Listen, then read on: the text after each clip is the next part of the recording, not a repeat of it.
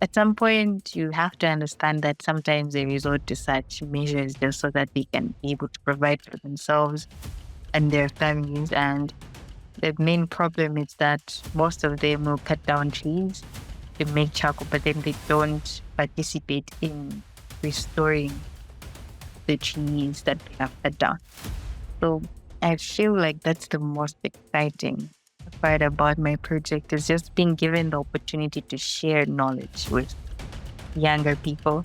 And we have planted over 1,000 trees.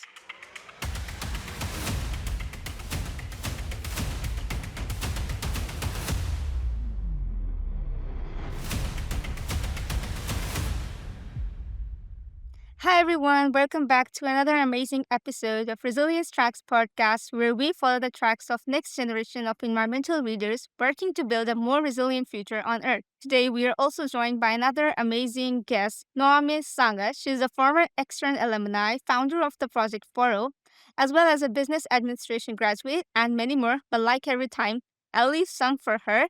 So let's welcome Naomi. Hi, Naomi, and welcome to the Resilience Tracks podcast. Hi, thank you, Noveera. Hi, everyone. My name is Naomi. I am from Blantyre, Malawi, and I am an extern alumni.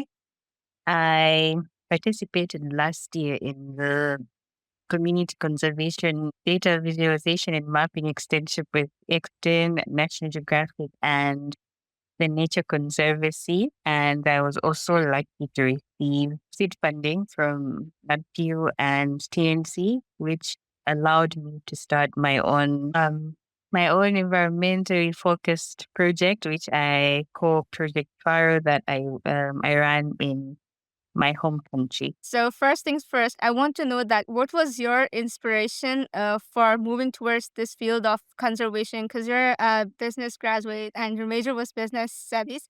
So what was that point where you thought like, oh, I need to go to this side? So what was the inspiration behind the whole journey? Uh, I wouldn't say I really had inspiration for getting into conservation work because, like you said, I studied business studies, and I came across the National Geographic opportunity on a random day. Actually, I was just browsing through a local job posting website, and then I see this advert for National Geographic, and I'm like, okay, let me check it out and see what it's about.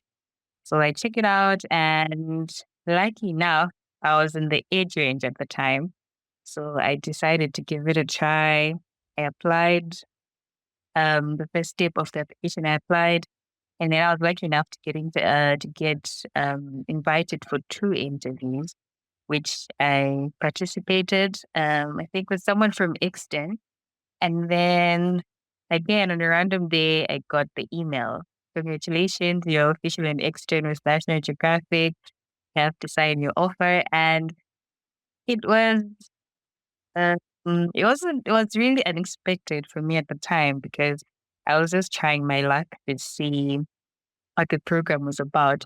And I remember during the interview, the lady that was interviewing me asked me about my knowledge in uh, GIS and geography in general. And I remember she said on a scale of 1 to 5, I said that my knowledge was a solid 3.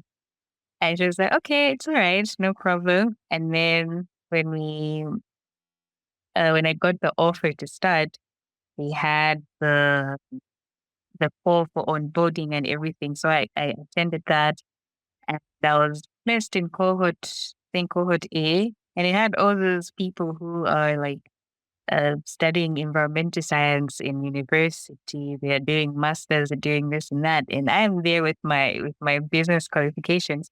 And I'm like, what am I even going to be doing in this externship? Lucky enough, we had such an amazing team from Extern, the teaching assistants, and both teams from National Geographic and the Nature Conservancy who guided us on what the externship is about. And they basically told us you don't really have to have experience in environmental work, just you'll see and passion for that field. After starting the externship, my full 2 weeks into the externship, I was still very unsure about the whole thing and how it goes.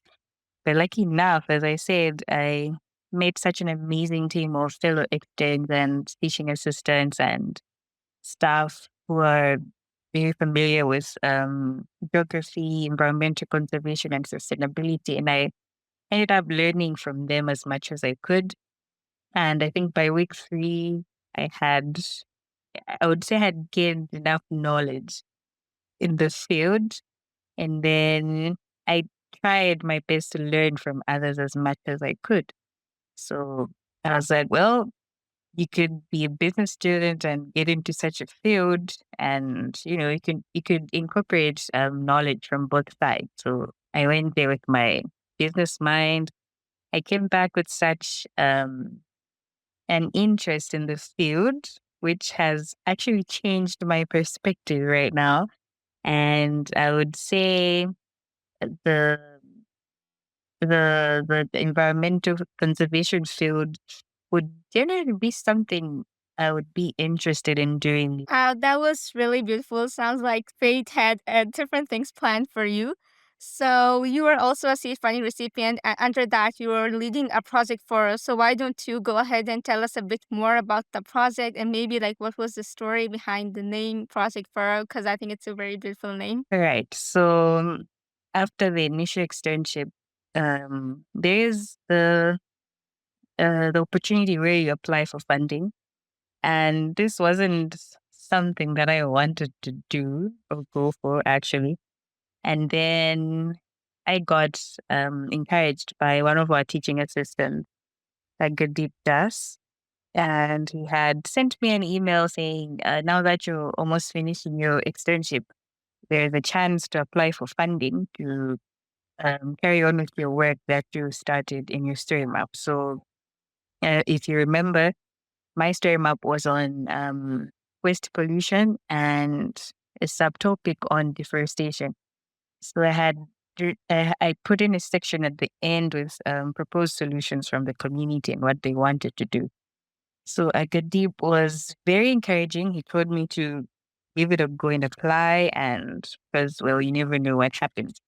So I wasn't sure still, even with his encouragement, I wasn't confident that I was going to actually receive the funding. So in my head, it was more about like, what's the point of applying for funding if I know myself deep down I'm not going to make it. Anyway, so I applied, very last minute application submitted, and my proposal was all over the place, I would say. It's like focused mainly on the waste management part and not, I didn't have more on the reforestation and tree planting part. So I submitted my application, my proposal, the budget and everything.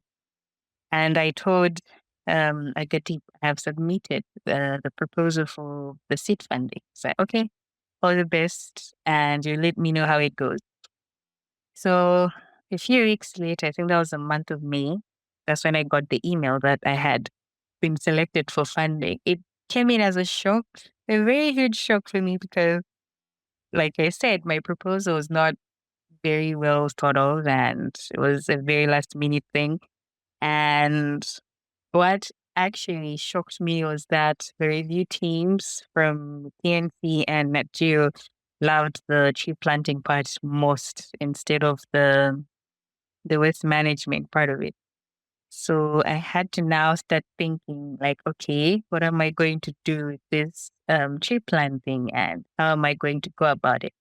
So at the same time, I didn't want to leave out the main focus of my story map, which is waste pollution. So I decided to still incorporate the waste management aspect of it. So I sat down when I received the funds, I sat down with a few people, planned a few activities, and then set up meetings with several schools in Blanda.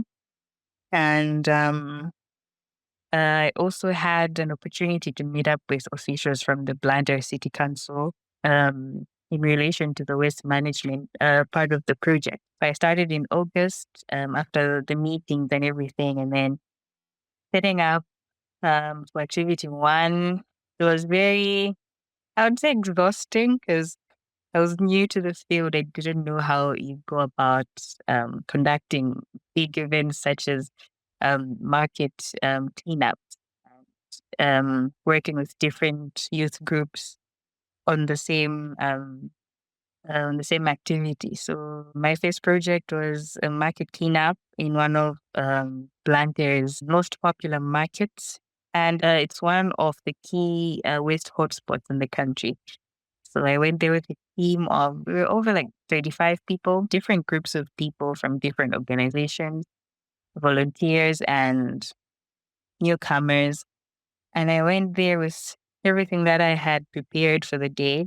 So we cleaned up the market, donated cleaning supplies, collected waste, in a disposed it the right way as the volunteers coded. And then now I had to go into the second part of the project, which is the tree planting. So for tree planting, I had planned to work with schools in Blantyre, where I would work with students and teachers and the surrounding community in planting trees in select areas. My actual goal for the tree planting was to target the many hills that are in Blantyre, because most of them are deforested and happening at a very alarming rate. With the school, I used to work at the school. I used to be an arts teacher back then. So my first planting activity was with the school. It has students from the ages of, I would say, 3 up until maybe like 7, 8. So I know, like, you'd be like, why are you working with kids as young as that? But the reason why I had selected the school was because the owner of the school is someone who is very passionate about environmental conservation and sustainability, and she incorporates that into her syllabus and curriculum that the school offers. So I went there, had a meeting with her, and he agreed to have me and my team donate trees, go around the school premises, and um, have a chat with the students on my project, and also informing them of their role as students in protecting the environment. Actually, get a name for my project. At the time, I didn't have like an actual name. I don't know because I really wasn't project at the time, so I was just I was at that point I was calling it the Waste Management and Reforestation Initiative uh, for Blantyre. So that's what I was calling it at the time. But I didn't really come up with a name. And then I got invited for a meeting with one of the schools in Blantyre. I went there.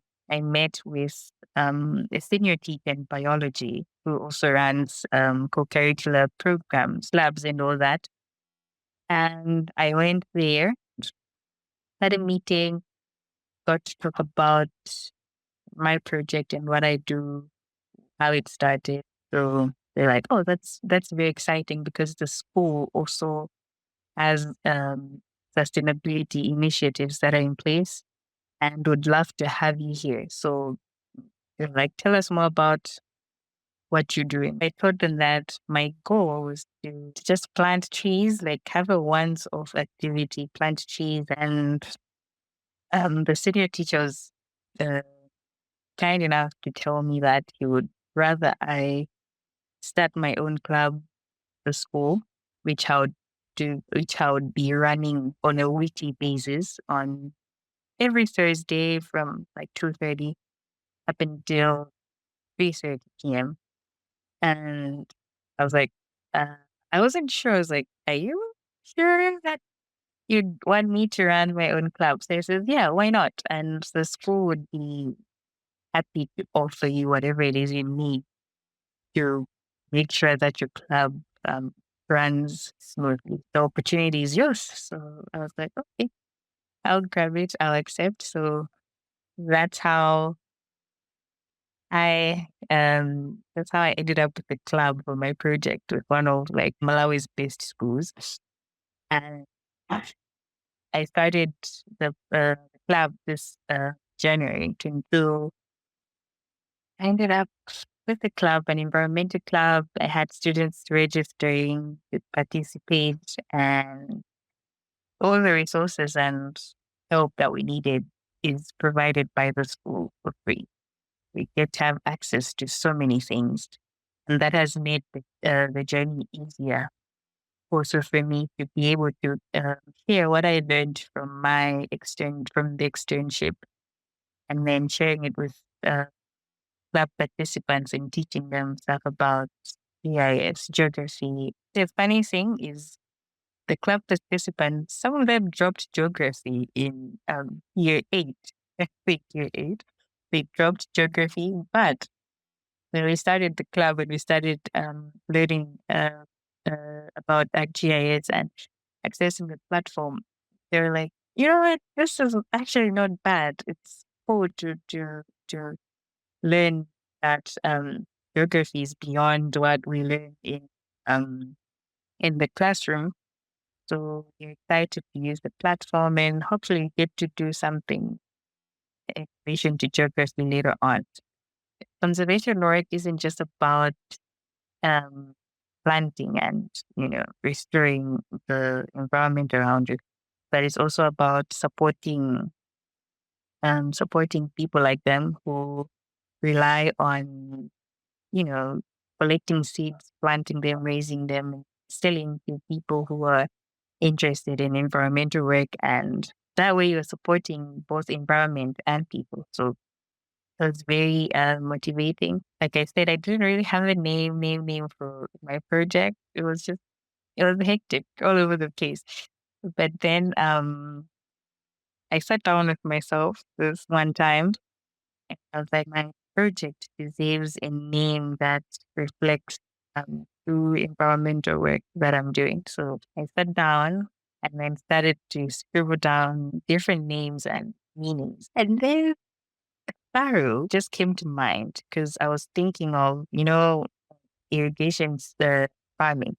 You know how they create those planting beds and then the water is running, in between them. And so I Googled the meaning of that whole process and what they call it. So I come across this name, Pharaoh. And I was like, I think that's the name that I'm going to name my project. So at first I was like, Pharaoh Project. And I'm like, Pharaoh Project doesn't have a nice ring to it. And then I put project before Pharaoh. So it ended up being Project Pharaoh in total in the last 4 months. And we have planted over 1,000 trees, different mixed species of trees, and we've planted them in different schools and different areas. And planting model that we use is whereby students adopt trees. They commit to taking care of that tree up until it grows to a certain level that doesn't need them to actively take care of it. Um, I feel like that's the most exciting part about my project is just being given the opportunity to share knowledge with younger people because during the externship last year, I learned so much from so many people from all over the world. And I mean, why not share the same knowledge with younger people? Because they're also very passionate about the environment. So I get to share about what I learned in the community conservation externship. I usually teach them about data visualization. Now you create tables. If you say create a survey on the percentage of waste pollution in Blanda or deforestation in Blanda, certain area, they get to like create surveys for themselves and then use that data to create pie charts or histograms like we do in the externship. You have trained a lot of students so far. I can get an idea, and you have trained them in different domains like storytelling, mapping, environmental conservation, and sustainability. So, what do you think is the importance of educating the youth in this domain, or do you think that a change can be brought if we educate our youth in the same way as you are doing? Educating students on environmental sustainability has made me see the importance of engaging them at a very young age, especially these ages, because they are the ones who are stewards for a better tomorrow. So you can't say that you're going to restore the environment without involving young people. As much as I am responsible for the environment around me, they are also responsible for the environment around us. So, since we talked about so many different projects that you started and participations and different different schools that you work with, were there any challenges that you also faced during this entire journey, or something that you learned during the journey, or any problem you encountered, and how did you solve it? This kind of work doesn't come without challenges, obviously. So um, I found out that the most challenging thing was changing people's mindset on activities like deforestation or waste pollution and just not taking care of the environment around them. It's hard to change someone's mindset when they have already made up their mind that this is what I want to do. Because you may meet all these wonderful people who are environmental justice stewards, but at the same time, you also meet people who are hard headed on issues like cutting down trees. Because in my country, you don't really have access to sustainable methods of cooking, for example. So people resort to cutting down trees for charcoal making. That charcoal is used for cooking. So those types of people are like the ones that are very hard to work with. It's so hard to make them see how their actions are affecting the environment because at the same time, they're also benefiting from cutting down trees. It's not a good thing, really. But then at some point, you have to understand that sometimes they resort to such measures just so that they can be able to provide for themselves and their families. And the main problem is that most of them will cut down trees to make charcoal, but then they don't participate in restoring the trees that they have cut down.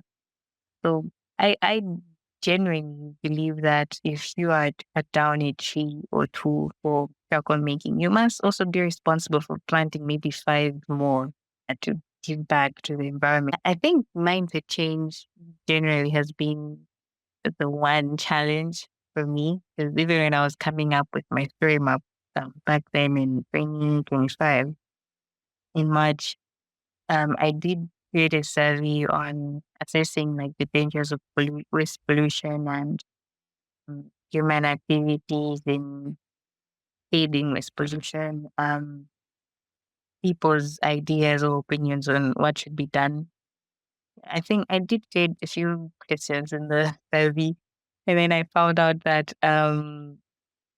most people want to like do something about it, but then they don't have the means to like um, overcome the problem. So mindset change, lack of information on issues like these, lack of engagement with the government and all that, or support generally, are most of the challenging parts of working in this kind of field. I think that's about it. I haven't encountered anything more than that. Yeah, but yeah, mindset change, that has been the hardest one. Yeah, that's been the hardest part for me. Because you could, like, for example, I'll give you an example. When I was doing my first activity for the project, the market cleanup that I had, we were cleaning up, like, we had different people on different sides of the market, right? Because it's huge. So we are actively cleaning up and collecting different types of waste. So there's like plant waste, animal waste, glasses, plastic, all of that. So we're cleaning up the side where they butcher animals, right? So we've cleaned up the whole area. And then those very same people saw us cleaning and they came back and threw um, animal waste on this very same place that we had just cleaned up. So you're like, okay, mm, but do you see that we are like, trying to help you with your, environment, whatever. And they did that and they had no conscience about it. They were just like, it's what we do. So it's the same thing to do with mindset. Like they're so used to doing that thing that it has become a normal habit for them. Yes, I totally agree with you because actually, when you told the example of like how it happened with you and how basically they just threw that in waste there, I think that was really, really extremely, that must have been annoying. And yeah, it's really difficult to change the mindset of the people. I think that's one of the most difficult things that happen is that you have to change the mindset because some people are so rigid that they just do not want to be changed. So bringing Mm. those people in a circle is definitely a problem.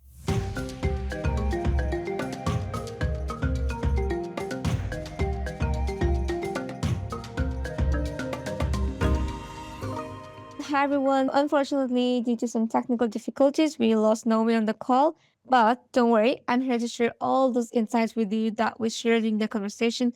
So first of all, I jumped with Naomi right into our mini segment, and just how you normally do it, I asked her to choose between the two options, that is the conservation hot takes, and she chose conservation hot takes and gave a very thought-provoking conservation hot take.